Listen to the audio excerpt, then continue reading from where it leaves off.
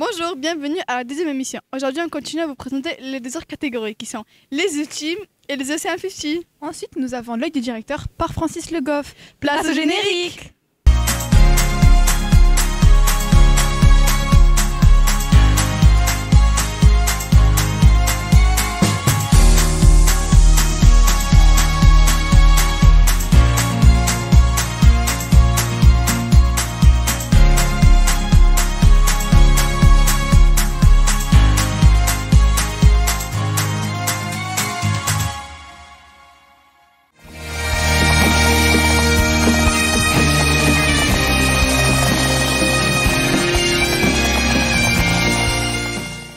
Bonjour. Bonjour.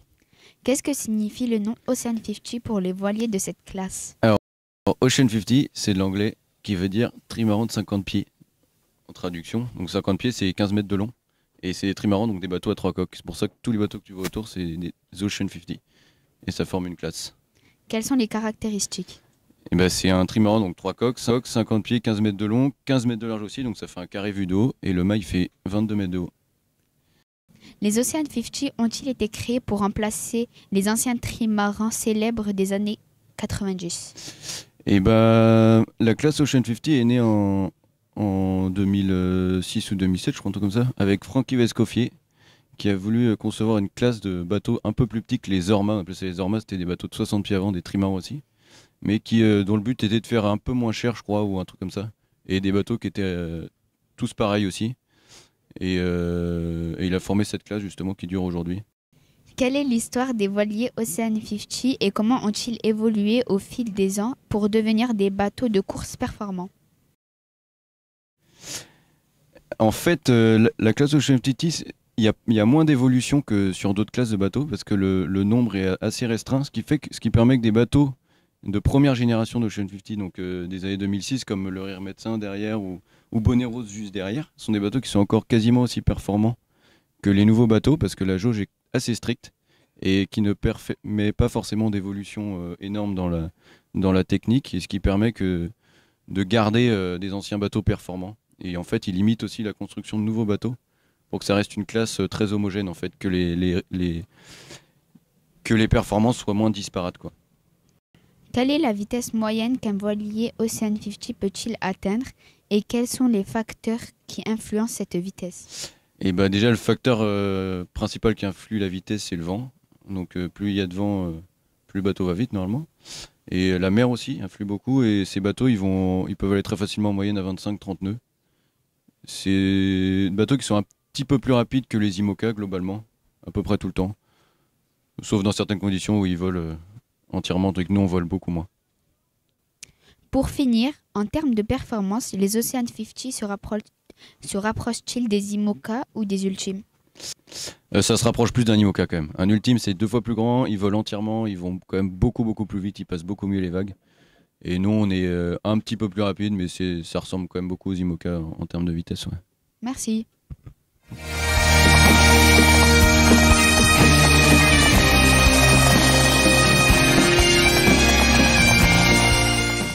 Qu'est-ce que signifie le nom ultime pour les voiles de cette classe et comment reflètent-ils leurs caractéristiques et leurs performances?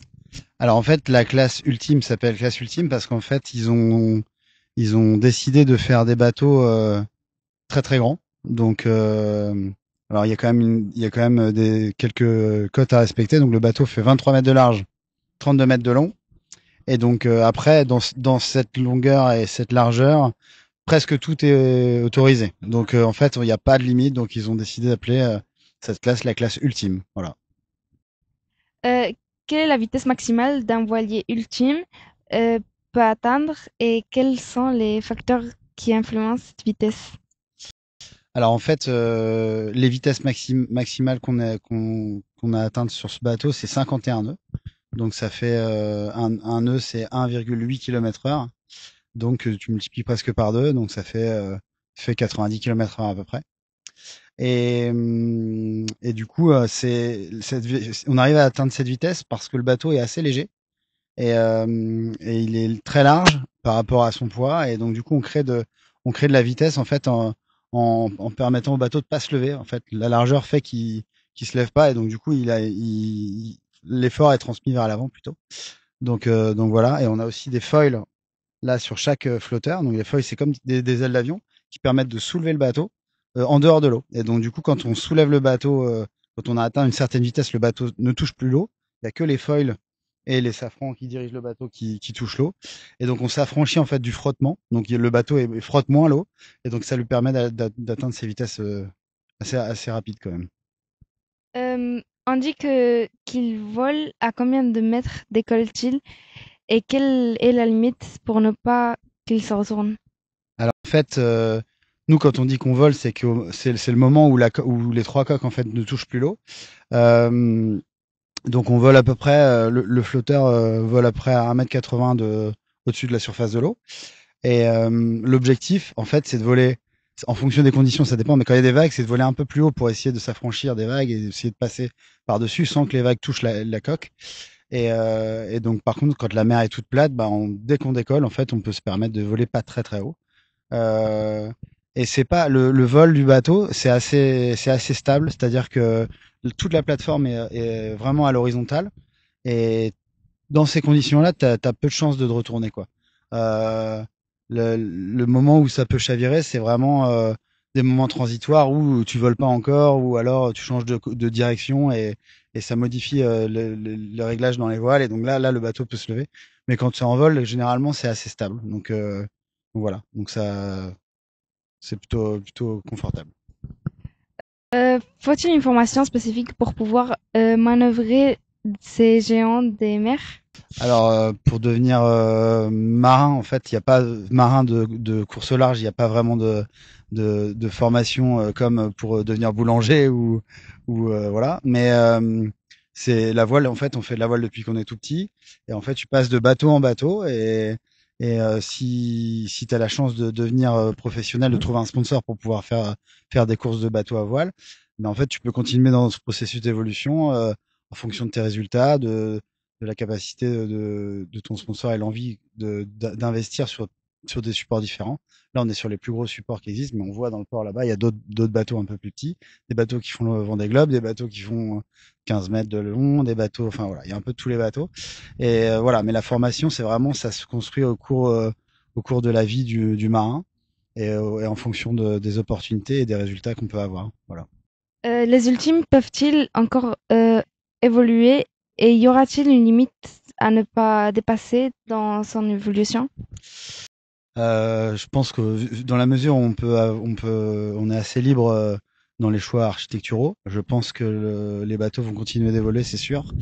C'est plutôt excitant, intéressant en fait de continuer de développer ces bateaux-là. Et la limite, je pense pas que pour l'instant, je vois pas de limite. Mais peut-être les matériaux, on atteindra peut-être une limite dans les matériaux, mais peut-être qu'on en trouvera des nouveaux. Qui est le skipper qui incarne dans l'histoire le mieux l'esprit des performances des voiliers ultimes? C'est une question un peu délicate. Je sais pas. En fait, il y a plusieurs façons de penser la chose. C'est vrai que si on pense au trimaran massif, donc M100, qui était un bateau qui a été développé par Merconcept par François Gabard, c'était un petit peu ce bateau-là et Gitana qui ont permis aux bateaux de voler. Mais avant, dans les tentatives de record du Tour du Monde, il y a eu aussi Groupama 3 qui était un bateau fantastique d'ailleurs, qui a le record du trophée Jules Verne, qui était un peu le précurseur de tous nos bateaux. Donc voilà, il y a tout un panel de bateaux et de gens qui ont contribué à ça, mais il n'y a pas pour moi quelqu'un en particulier. Merci beaucoup. Merci.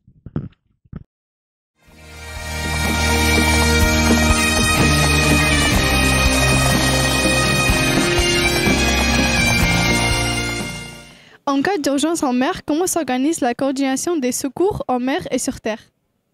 Alors, en mer, il y a plusieurs moyens de signaler une difficulté. Celle qui est la plus rapide, c'est de déclencher une balise de détresse. Mais ça veut dire que ça va vraiment très très mal à bord du bateau. Voilà. On appuie sur un petit bouton ou si malheureusement le bateau est en train de couler et qu'on n'a pas le temps de récupérer la balise, elle peut se déclencher toute seule parce qu'elle arrive au contact de l'eau. Ce signal-là, il est récupéré par un CROSS, un MRCC, qui va pouvoir lire ce qu'il y a dans le fond de l'alarme qui passe par un satellite, qui va donner le nom du bateau, la personne à contacter et la position où est le bateau. Une fois qu'on a ça, on va essayer de déterminer quel est le moyen le plus rapide pour aller secourir la personne. Donc là, c'est un travail étroit entre le CROSS, la direction de course et l'équipe technique. Et là, voilà, si c'est très loin, on va utiliser un avion pour aller localiser le bateau. Si c'est encore assez groupé dans la flotte, on va utiliser un des concurrents qui est à côté, on va le dérouter pour aller aider son adversaire qui devient son copain à ce moment-là, hein, parce que c'est ça qui prime au final. Puis après, si on est plus proche des côtes, on peut utiliser des hélicos. On a les possibilités aussi de détourner des cargos qui font la ligne, par exemple, des Antilles régulièrement. On va détourner un cargo, va venir se positionner à côté pour aller le récupérer. Voilà, en fait, tous les moyens sont bons. On essaie de trouver le plus rapide. Le plus rapide, c'est souvent un concurrent. Quand on est vraiment très loin au large, après, c'est plutôt un bateau. Et quand on ne sait pas trop où est la personne, eh bien là, on va utiliser les avions. Merci d'avoir regardé notre émission. Rendez-vous demain. En attendant, place les images du jour. Au revoir.